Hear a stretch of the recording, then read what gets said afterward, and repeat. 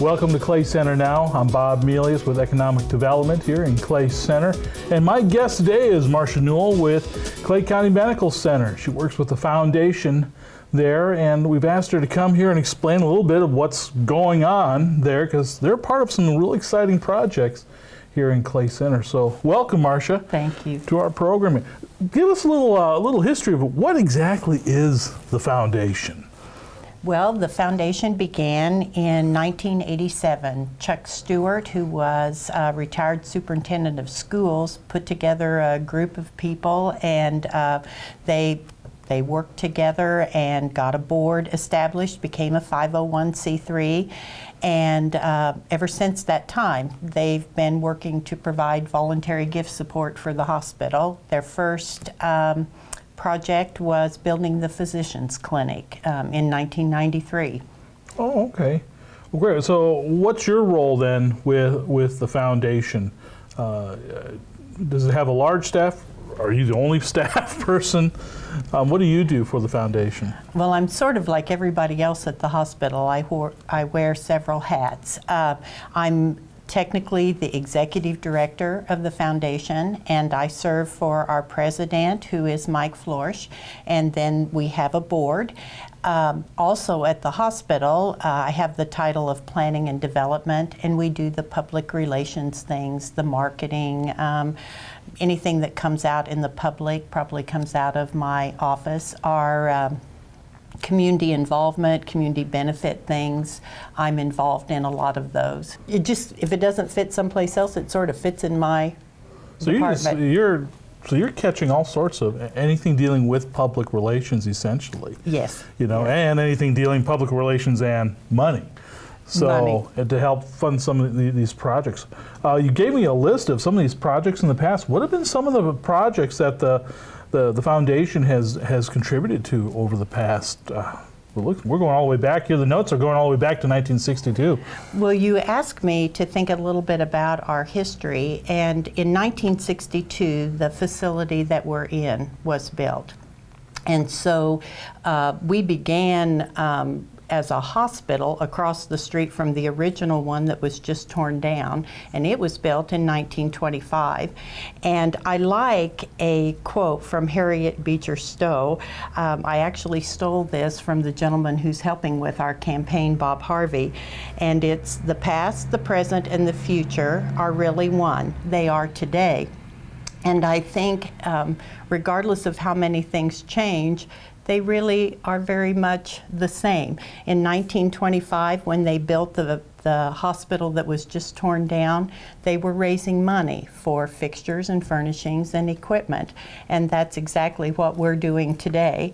In 1962, they decided to build a new facility across the street, and in 1967, the Medical Arts Building was built, and the emergency room came on in 1969. In 1987, they did a kitchen and dining room remodeling, and that's when the foundation began. And then they raised money for the physician's clinic that started in 1993. The hospital foundation then was instrumental in raising funds for the first outpatient clinic and the very first wellness center. And then in 2007, a new addition was finished that added a 3-story addition to our hospital. The upstairs is administration and education. In the basement, we have engineering, and we have housekeeping, laundry services, purchasing. And on the main floor, we have our therapies, we have cardiac rehab, and the wellness center. So the funding for these projects here, now, it wasn't all just done out of budgeted money that was already there at the hospital. I'm thinking, for all the services that the hospital provides, a portion of those expenses goes towards capital for the structure of the hospital itself. But the donations that you guys bring in, how much of that contributes to the overall budget that you have for some of your projects? Well, first, let me tell you, in 2007, it was a $5.2 million expansion and renovation project, and the Hospital Foundation contributed $1.2 million of that amount. For the project that we're working on now, it's a $16 million bond issue. And so the hospital will be taking care of getting the structure built, but the foundation will be raising the funds for the furniture and the equipment that will be inside. And we have a goal of $2 million to provide that for the new project. Okay, well, that's good to know. When you're raising money, how are some of the ways that you do raise money? Do you have a list of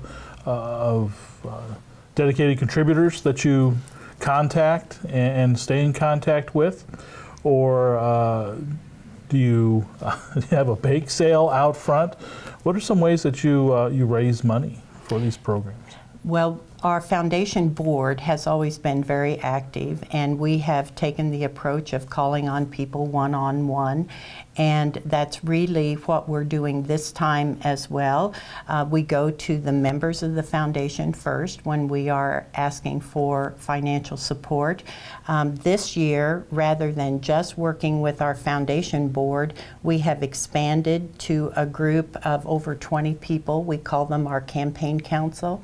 These people give up one evening every 2 weeks to meet and talk about who they've called on, where we are in the project. Also, we have started our approach a little bit different. This year we started with our medical family. And so we had a campaign among our employees and our physicians, and we've just about wrapped that up. Okay.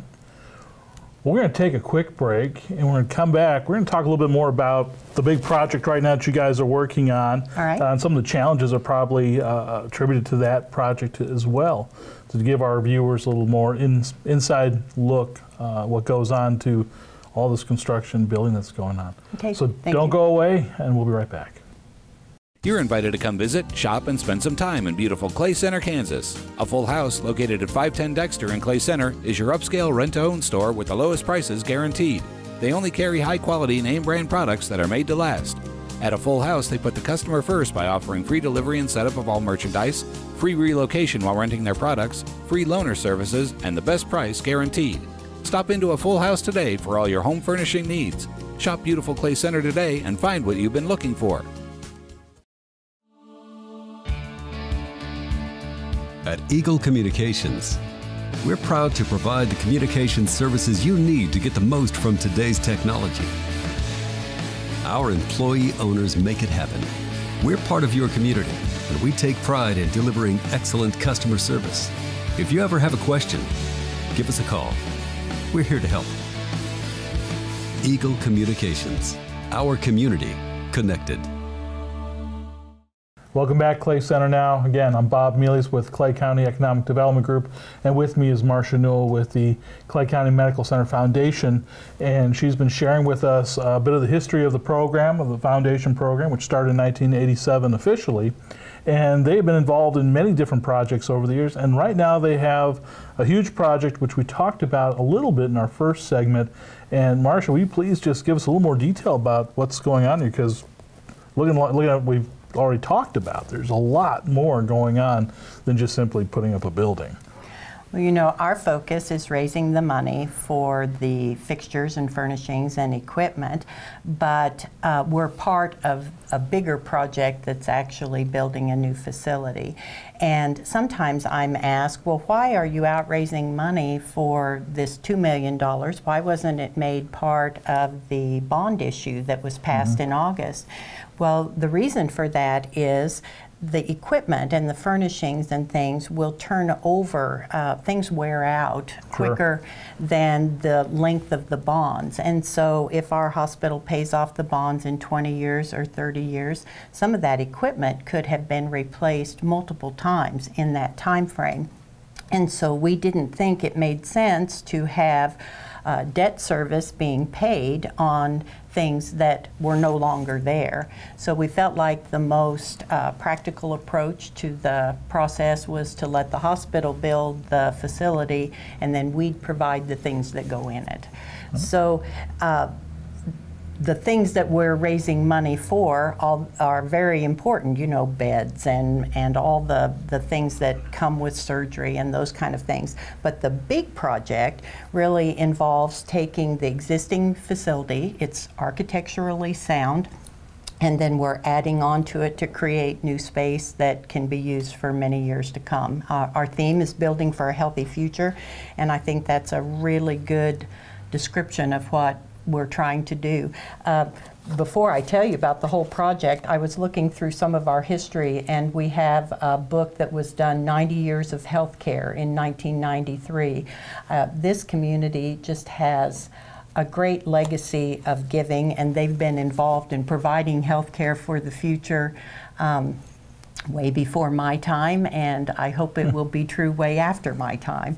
But for this one right now, our entire project really is working on 3 goals. We're going to improve service to our patients, and we're going to increase the number and kinds of programs and services.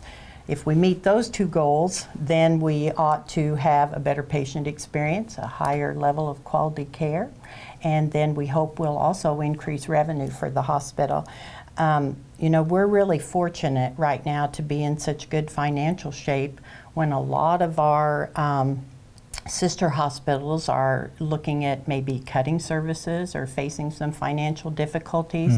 So the fact that we have our community behind us and supporting us with the bond issue is allowing us to do this new building.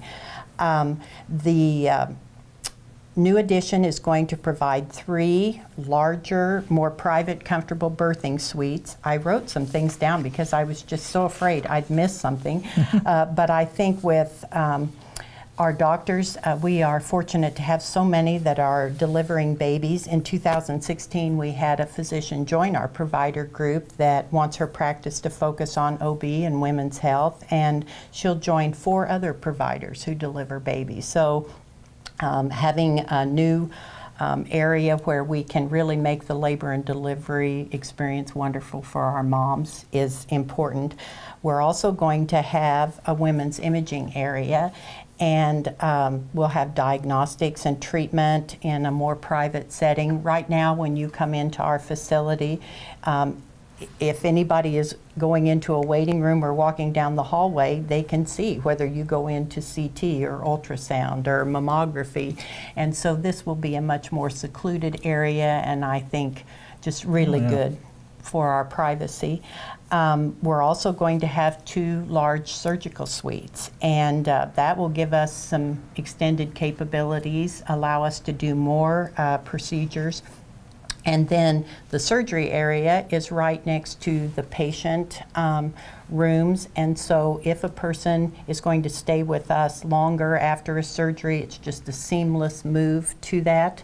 My husband has had to have a couple of procedures done at the hospital, and right now when he moves from surgery to a patient room, you're pretty much obvious to anybody that is coming through our facility.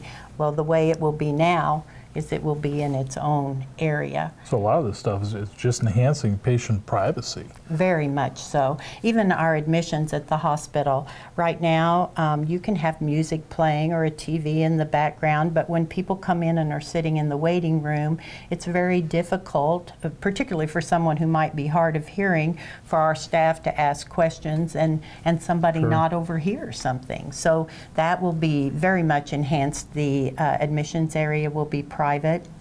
And then I think the big thing will be the heating and cooling.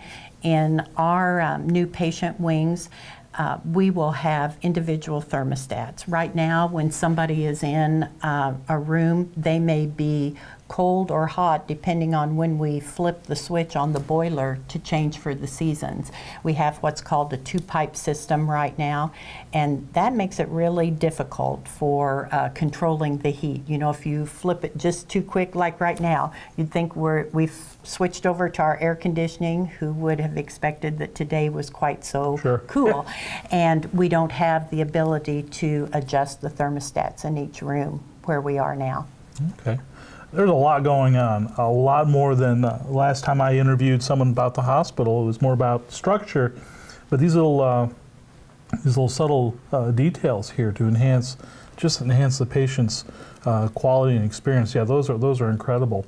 We got to take a quick break again to go back. When we come back, we're going to talk more about some more of these developments that are going on in the hospital, the reason why they're raising the money, and ways that you can help as well.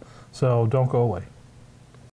Around here, we believe in local values like hard work, family time, or a fair price on reliable internet from a local company. That's why Eagle Communications delivers great local values, like a range of internet options to fit your family's needs. Fast and consistent enough to power everyone's devices at once. All at reasonable prices we're proud to offer our friends and neighbors. Ready for better internet? Give us a call or visit eaglecom.net and discover our local values today. At Eagle Communications, we deliver what matters to your business. Our services are fast, reliable, secure, and competitively priced, giving you more value for your hard-earned business dollar. With Eagle Communications, you're not just another number, you're part of our business family. And we deliver peace of mind with local technicians who provide dedicated system monitoring and support. Connect to something better. Call Eagle Communications, and let's talk about what matters to your business. Welcome back to our last segment here of Clay Center Now. I'm Bob Melius with Clay County Economic Development Group. Again, still with me is Marcia Newell with Clay County Medical Center, and she's been talking to us about the foundation, how it's begun, the work it's involved. And in our last segment, we were talking about some of the projects, the details about what the foundation is raising money for. And a great deal of enhancing patient privacy, patient comfort compared to what we have now, which we have great facilities now, but just taking to that extra level of patient care and comfort. And there's still some other things that you wanted to share. Can you continue on with some of these other improvements that we're looking to have? I'd be glad to. One of the things we will do in a second phase is we will be redoing our emergency room.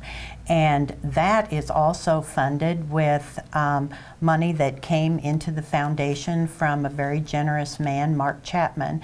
And when he passed away, he left money, and that will be used to take care of the emergency room renovation. And so that's outside of the scope of the what we're doing with the bond or with our fundraising, but is a very generous gift. So our ER will see improvements, and so will our lab. It is going to combine the services that were previously offered in our family physicians group with that's in the hospital, and we'll have a larger enhanced space for the draws for patients. Again, privacy has been a great concern in these areas, and we'll be able to improve that a great deal. And something that I think our community really appreciates is a specialty clinic. It was built originally, I think, around 1994, and then we have added on to it in 2007, and now we're going to create a space for that to exist in a more private area. We use the emergency room and the urgent clinic all come in the same place where our outpatient clinic or specialty clinic area is. Well, our urgent care clinic has been so successful that we think it would be wise to move our specialty clinic into the area that's abandoned by surgery. So it's going to be very seamless. When they build the new facility, we'll be able to move patients and surgery to the new area, and then the next phase will be remodeling the old surgery area so we have a new space for our specialty clinic docs.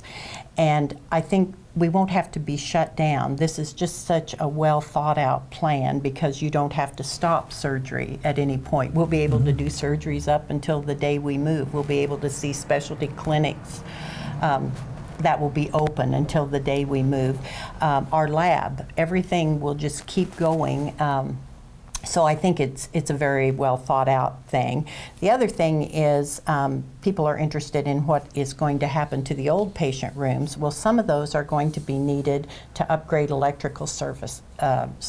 We have to repurpose those rooms to hold that kind of thing. And then we'll also use those for some office space.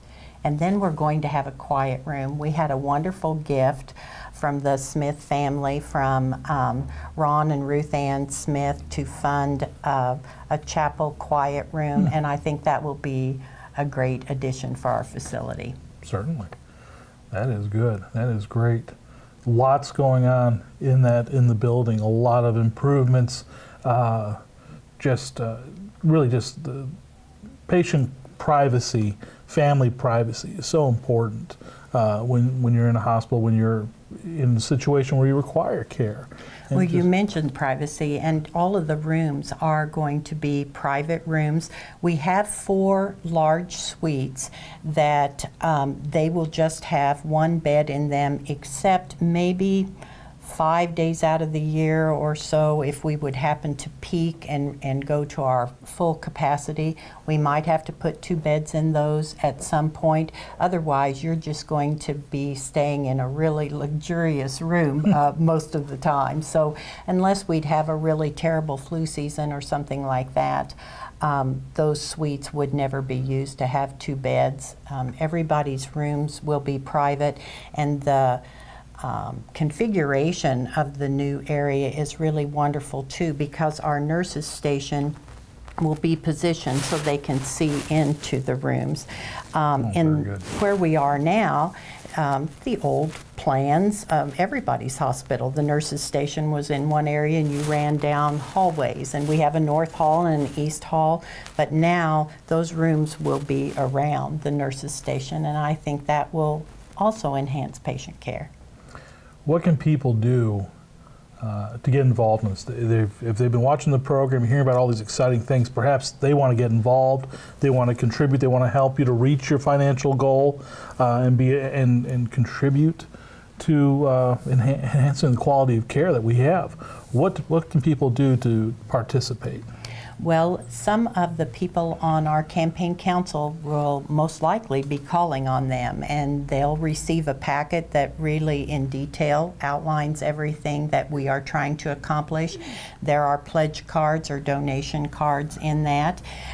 If you have not yet been contacted and would like to have an appointment to come see me or to see Bob Harvey in our campaign office downtown, please call the hospital, and we'll set up a time to meet with you and let you know about the project and how you can contribute. Okay, great. And we'll have that information posted on the screen here with your phone number for your office and any other ways to contact you. Well, Marcia, thank you for joining us here and letting us know about, in greater detail, what's going on in the hospital. So as we drive by and we're looking at all that construction, we can get a little more excited about the things that are about to take place here. So again, thank you for joining us. Thank you for joining us for Clay Center Now. We look forward to being in your living room again. Take care.